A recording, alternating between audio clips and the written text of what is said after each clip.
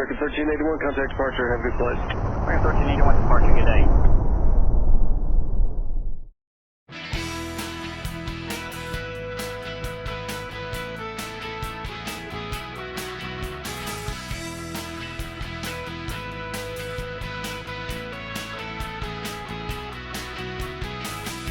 Hi, it's Robert Goyer from Flying Magazine, here with Christian MAJUNKE. He's the head designer for Remos aircraft, and we're here with the Remos GX. It's an LSA. I'm sure you've read a lot about them, and this is a particularly beautiful airplane. Oh, it's thanks very so much. impressive. Can you tell us a little bit more about it, Christian? Yeah, we introduced that GX aircraft 2 years ago as a successor of our G3 aircraft.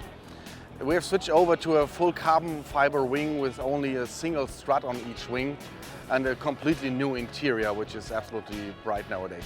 Well, it's carbon fiber. I know that one of the Remos' claim to fame is that it has a very good useful load for the LSA segment. Is that how you achieved it, by using a lot of carbon fiber in That's it, definitely. Carbon fiber is one of the most advanced materials you can use in aviation, so we are able to have an aircraft with full equipment with an empty weight in the region of 720 pounds. So this might make the difference between an instructor and a student being able to fly in an airplane and having to with full fuel or not. Yes, definitely. And even in the US, with your increased maximum takeoff weight in contrast to us in Europe, you are able to fly legally with 2 persons and full fuel with that aircraft. Fantastic. Now tell us about some of the safety features that you have in the GX model. I understand, for instance, that the gear is beefier. It's much beefier. We are now equipped with a steel landing gear with an aluminium carry-through, so I'd say with our reinforced landing gear it's almost impossible to destroy it in flight, at least with conventional landings. Right. I'd say if you want to go for more safety, it's required to have a ballistic recovery system. We offer that, of course. That's offered as an option on the airplane? It's an option on the aircraft bus. As you're in your car, you won't see your airbags ever. So I want to see this parachute, but I'd always opt for it. And in addition, we have a new restraint system in our seats. It's called anti-submarining device. You might know if you don't buckle up correctly, it's possible that you slip underneath the Right, it's a seat belt. well-known problem with seat belts. And this is to solve that problem with our new seating belt system. So I'd say this is one of the best features you can have in an aircraft like this. Oh, very interesting. Now, what about the engine and the prop on this aircraft? Does it use the Rotax engine? Yes, we do use the Rotax engine nowadays with 2,000 hours TBO. It's a 100 horsepower aircraft, and The 912S then? it's a 912S, yes, a green head. And we provide a 3-bladed new form propeller made in Germany as well. It's absolutely smooth running, and you get a real good climb out and a fast cruise. I've flown the airplane. I have to attest to that. It performs very well. Thank you. Now, one other thing about the airplane that's very interesting and very unusual is that the wings fold and the tail detaches. Can you tell us, first of all, why you would want to do that, and second of all, how you do it? Well, there are 2 things. First is some people don't have hangar space available. Right. And the other thing is some people like to carry his aircraft around behind his car to have some spare times while you have your car available. Right. So what you have to do is you simply just detach the control system of the ailerons, which is hooked up inside the fuselage. Then you need 1 person on the wingtip to support it for a short time, and then you just pull out that main wing bolt, which is now secured.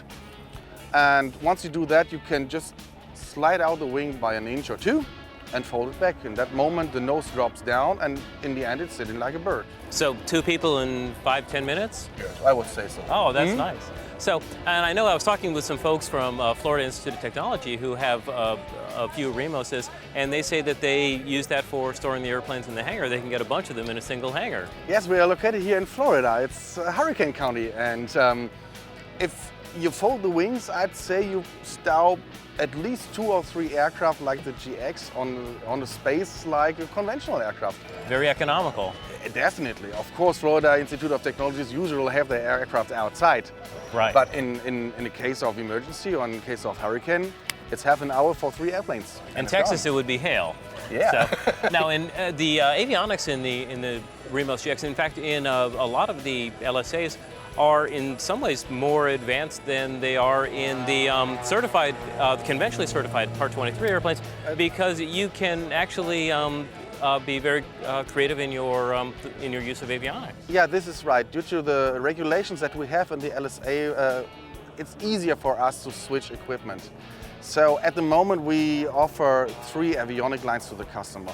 One is the very conservative with analog instruments. Oh, so you do offer steam gauges? Yeah, we still offer them. Uh-huh. Though I'd say the last one left our company last year or so. Okay.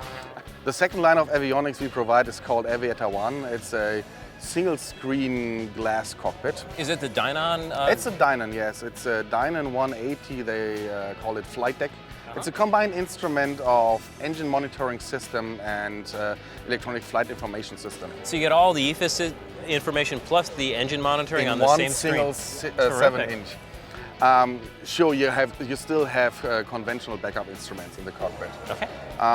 We offer that in combination with a transponder, with a radio and an intercom, and of course GPS, because nobody will ever fly without GPS. And that's nowadays. the way that flight training is conducted these days. Definitely. Yeah. Of course, you always can opt to a VOR. Right. We have that.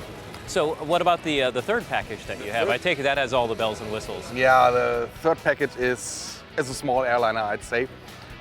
It's a dual glass screen cockpit with a Dynon 100 for EFIS and a Dynon 120, which is the engine monitoring system, combined with a transponder, with a radio, with a NAVCOM, a real audio panel with marker antennas, and of course a GPS. Oh, it's perfect. It sounds like your customers have a lot of different options when it comes to outfitting the avionics. Definitely. So, well, and how many airplanes are out in the field now? I've looked it up on FAA.gov, and last week there have been 121 Remos aircraft flying around in the US. This sounds like a terrific success. It is. Fantastic. Well, Christian, thank you very much for being with us today, and good luck at the rest of the show. Thank you. It was a pleasure. From Sun and Fun, Robert Goyer with Flying. Thank you.